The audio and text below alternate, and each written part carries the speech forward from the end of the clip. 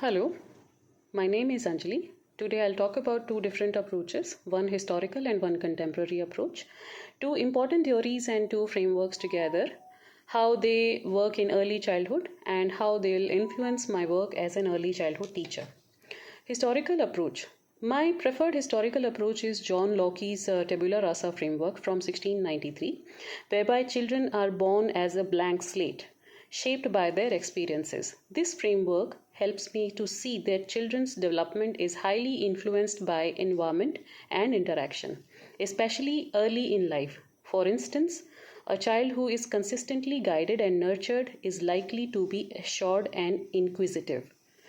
McNaughton and William in 2009 pointed out that Locke's recommendation, however, overlooks the fact that children also have inbuilt tendencies and temperaments. So, while his approach reminds me of my responsibility, I also have to consider every child from birth as capable and unique. Contemporary approach. My contemporary approach is play based learning, which is strongly promoted in early childhood environments today. Play allows children to learn through doing, problem solving, and exploring their interests. According to the EYLF, play constructs skill in language, creativity, physical coordination, and social negotiation. In practice, it shall look like, let's see, a group of children building a zoo with blocks began assigning roles. One should be a vet, one should be a zookeeper, one should be a visitor, and negotiated their rules. Through this imaginative play, they are developing language, empathy, and cooperation. As an early childhood teacher, this approach helps me tune into children's interest, see their learning in action, and extend it with thoughtful prompts and open ended materials. Now, my first theory is John Piaget's cognitive development theory. In 1952, Piaget stated that children construct knowledge through action, engagement, and the representation of their world, progressing through predictable stages. This makes me see how children of varying ages think and behave differently. For instance, a 3-year-old might actually think that the moon is chasing them. Not that they are being unreasonable, but because their pre operational thinking is egocentric. It also makes me reflect not to expect adult thought from children, but to notice how they discover and demonstrate they know. Second theory is Vygotsky's socio-cultural theory.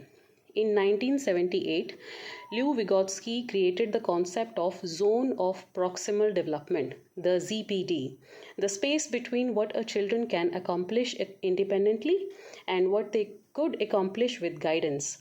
This theory emphasized the centrality of interaction, language, and relationships to learning. It demonstrates to me that education isn't so much about delivering information, but about collaborating with the child to construct knowledge. First framework I shall talk about is the Early Years Learning Framework. The EYLF guides all early childhood services in Australia, inspiring the principle that children are capable, connected, and actively engaged in their own learning.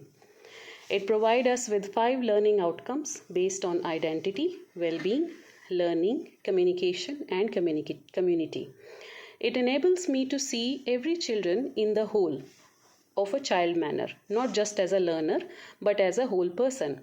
For example, a child who forms quality relationships and is able to articulate their feelings is demonstrating learning across outcomes. The EYLF helps us to document and plan for this sort of holistic, connected progress. The second framework I shall talk about is the National Quality Standard Framework, the NQS. NQS is the quality standard for early childhood services with 7 areas of quality that are main: relationship with children, curriculum, planning, and partnership with families. It reminds me that children's learning is not academic in nature alone. It's shaped by emotional safety, influential partnerships, and safe and inclusive environments. It also nudges me towards continuous improvement. Since children's need change, so do our teaching approaches and learning spaces. In conclusion, all these Locke's emphasis on experience, play based learning, Piaget's development stages, Vygotsky's social constructivism, and the principles of EYLF and NQS together provide me with a balanced, real world insight into children. Thank you for listening.